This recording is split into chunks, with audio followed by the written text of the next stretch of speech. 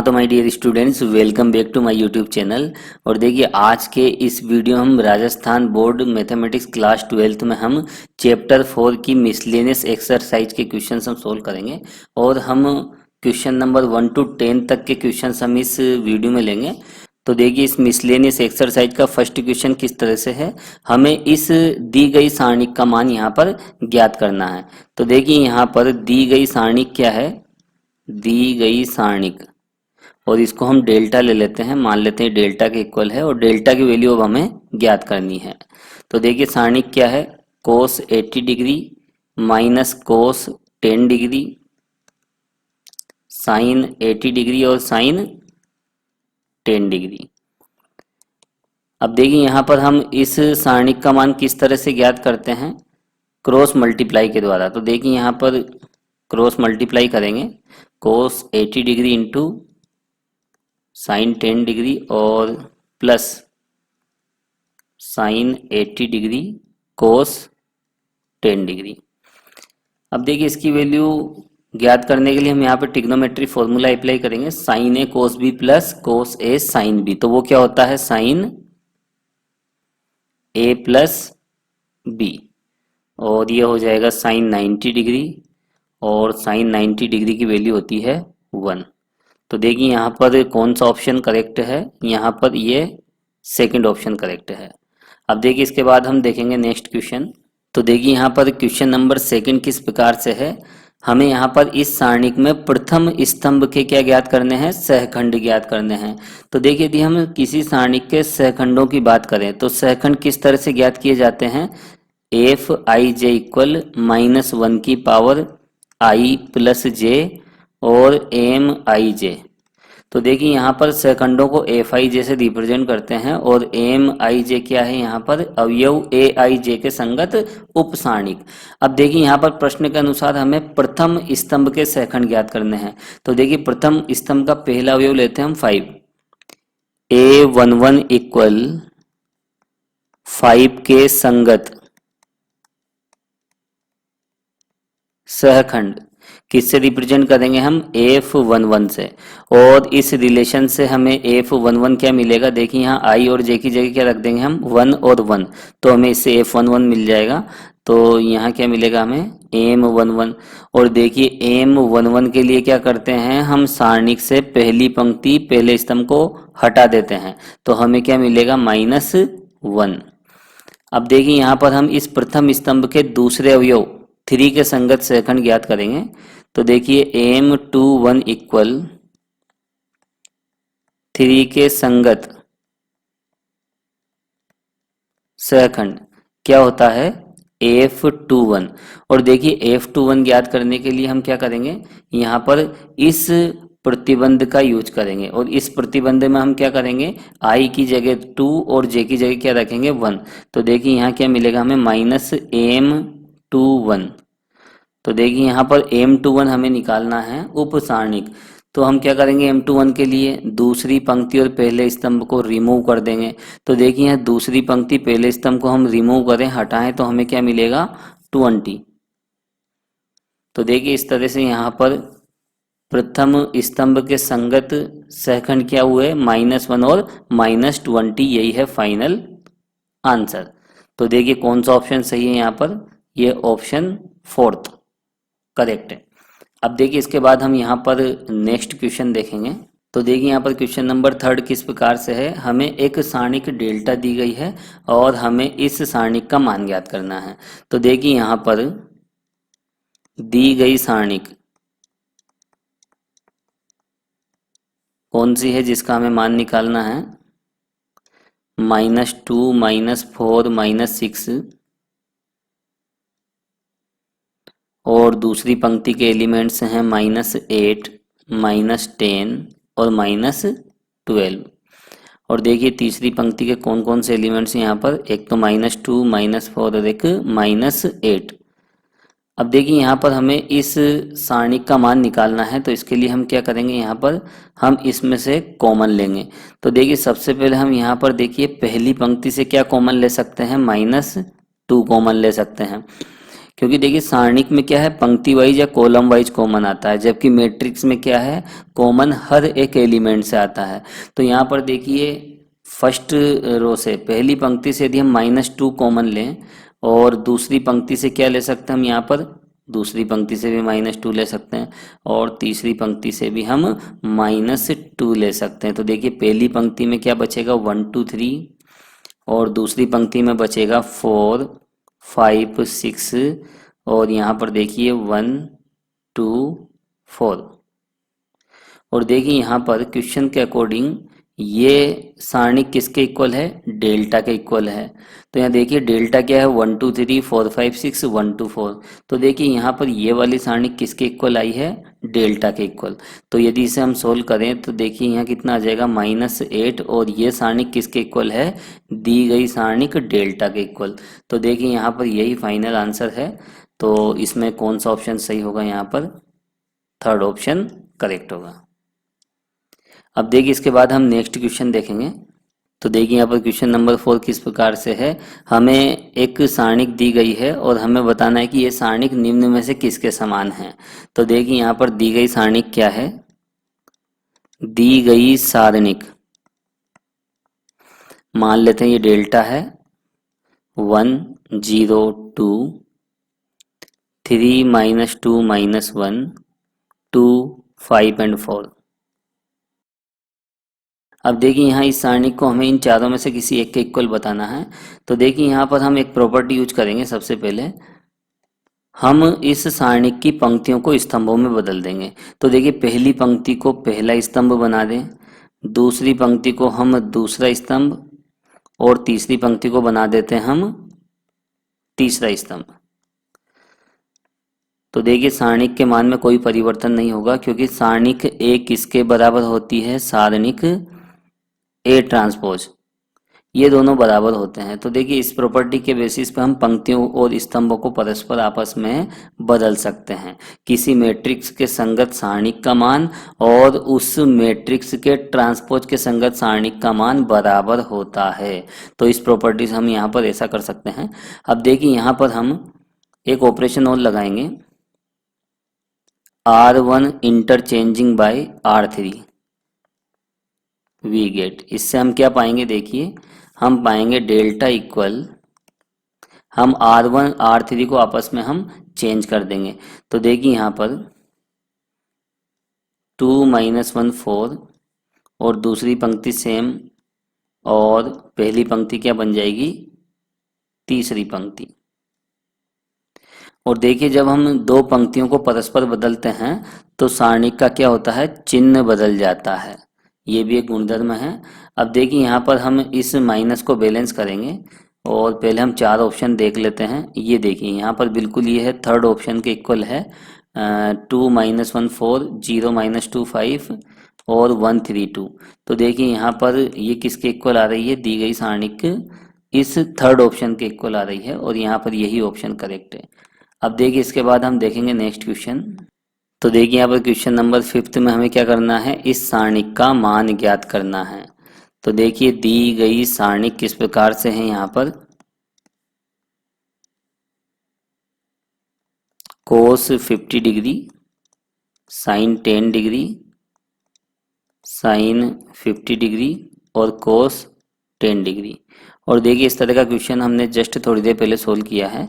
अब देखिए यहाँ इसका मान निकालने के लिए हम यहाँ क्या करेंगे, cross multiply, cos 50 into cos 10 degree और माइनस साइन 50 डिग्री और साइन 10 डिग्री।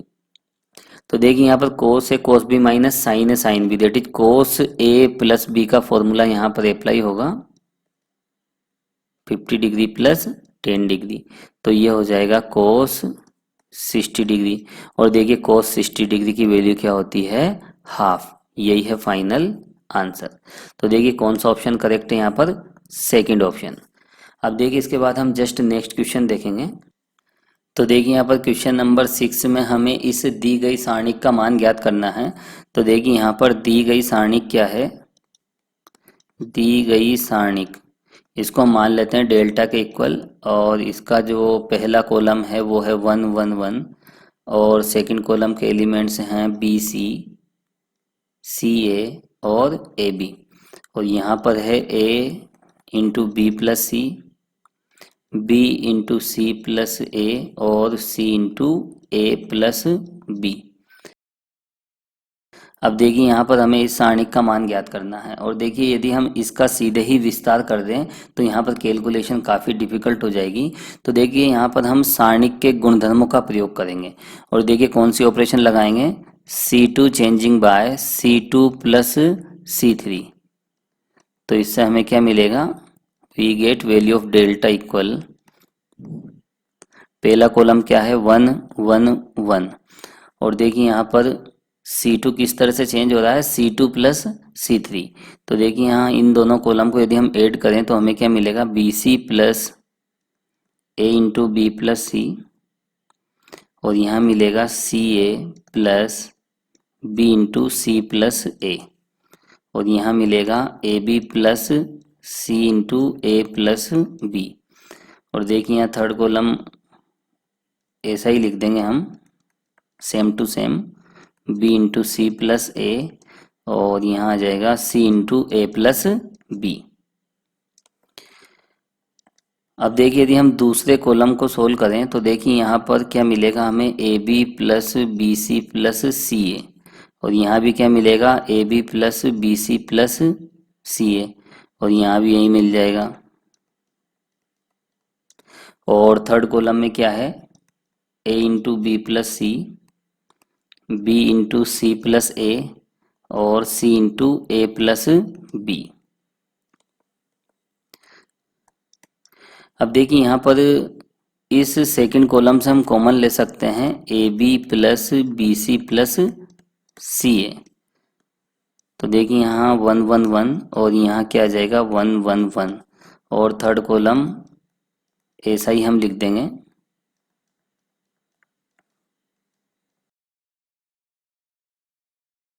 अब देखिए यहाँ पर इस सारणिक में पहला और दूसरा स्तंभ यहाँ एक समान है, तो देखिए इस सारणिक का मान कितना हो जाएगा, 0 हो जाएगा। और देखिए किसी सारणिक में कोई सी भी दो पंक्तियां या कोई से भी दो स्तंभ एक समान आ जाते हैं तो उस सारणिक का मान 0 हो जाता है। तो देखिए यहाँ पर इस सारणिक का मान 0 क्यों है, क्योंकि C1 तथा C2 क्या हैं, एक समान हैं।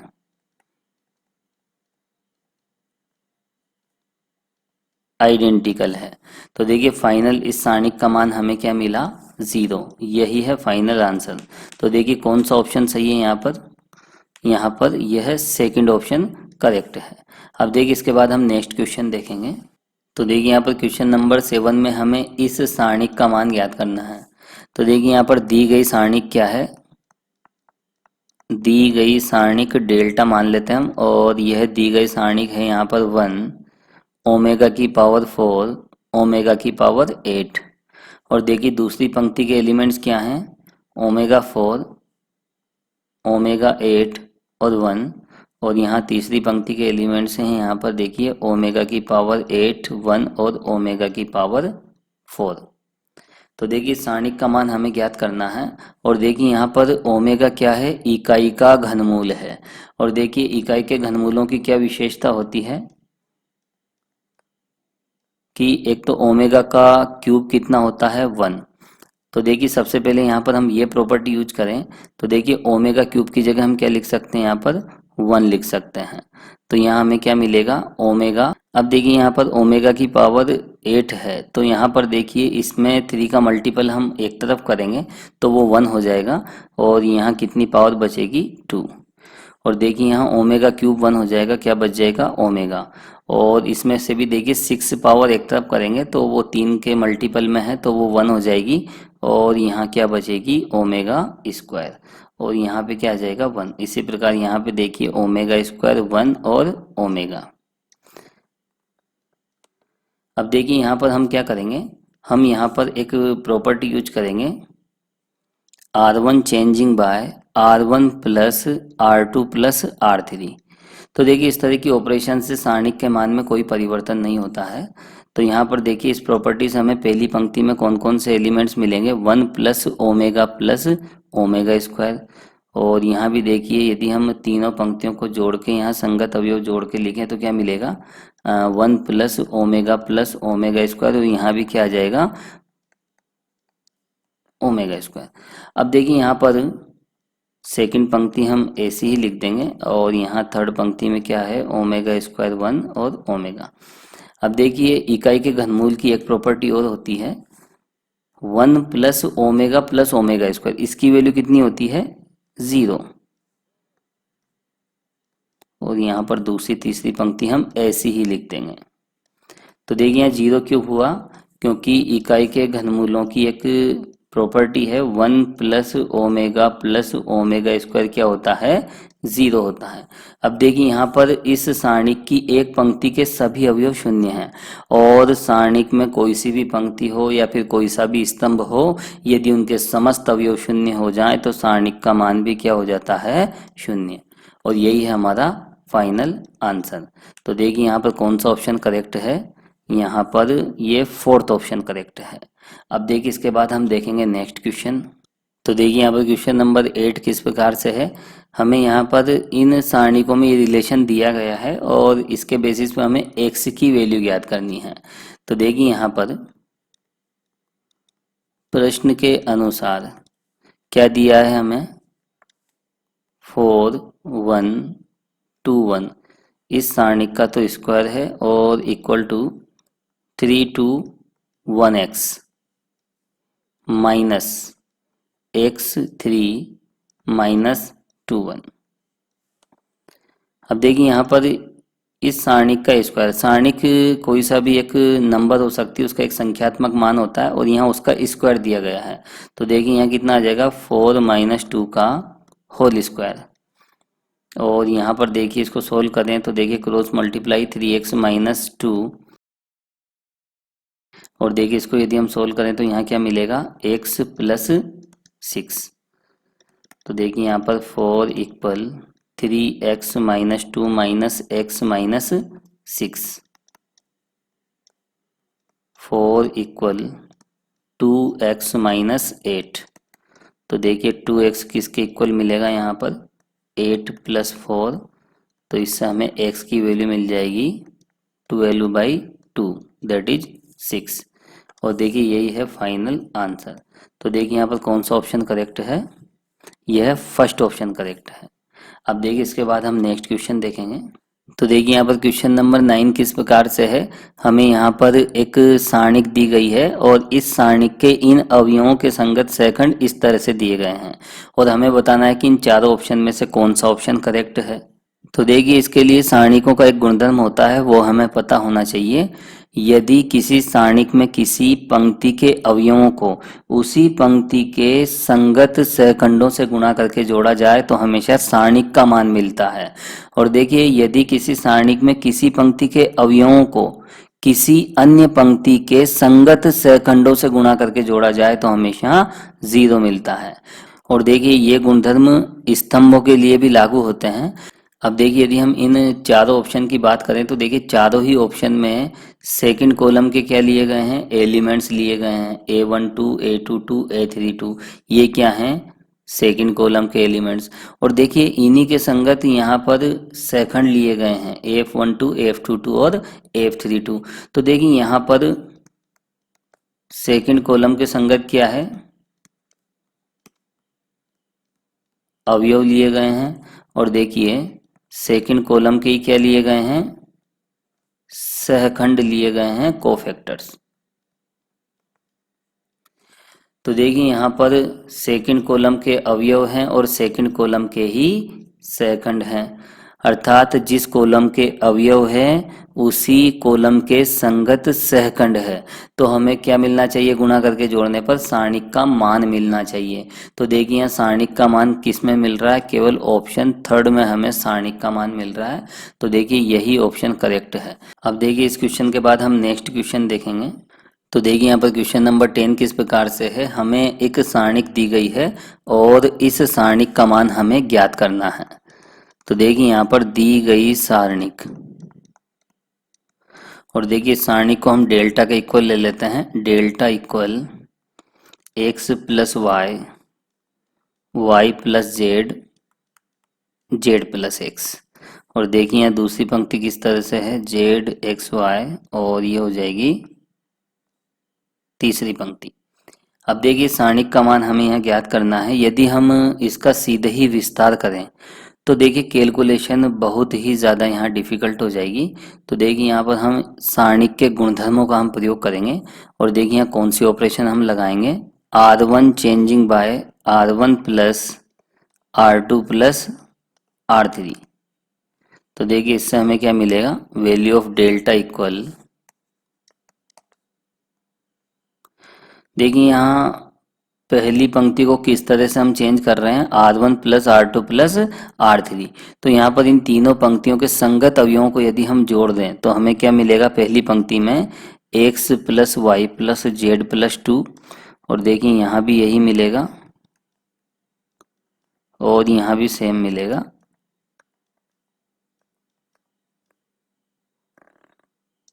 और देखिए यहाँ पर दूसरी पंक्ति क्या है, जेड एक्स वाई, और तीसरी पंक्ति क्या है, 2 2 और 2।